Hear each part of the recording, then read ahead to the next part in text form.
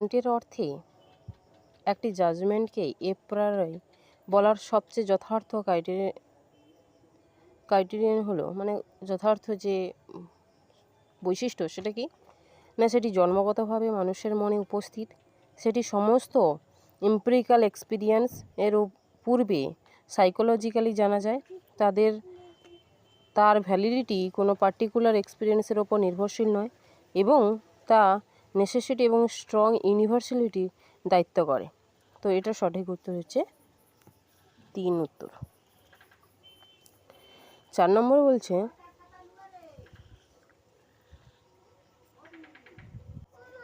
কান্টের analytic জাজমেন্টের যথার্থ সংজ্ঞা কোনটি?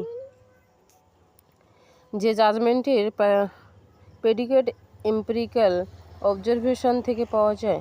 অ্যানালিটিক জাজমেন্ট, অ্যানালিটিক কথার অর্থ হচ্ছে উদ্দেশ্যের মধ্যে হচ্ছে বিধেয়টা থাকবে।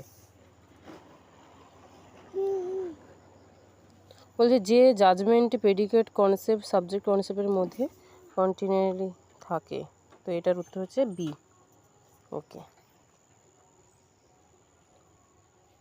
কান্টের মতে সিনথেটিক জাজমেন্টের মৌলিক বৈশিষ্ট্য কি? সিনথেটিক জাজমেন্ট যেটা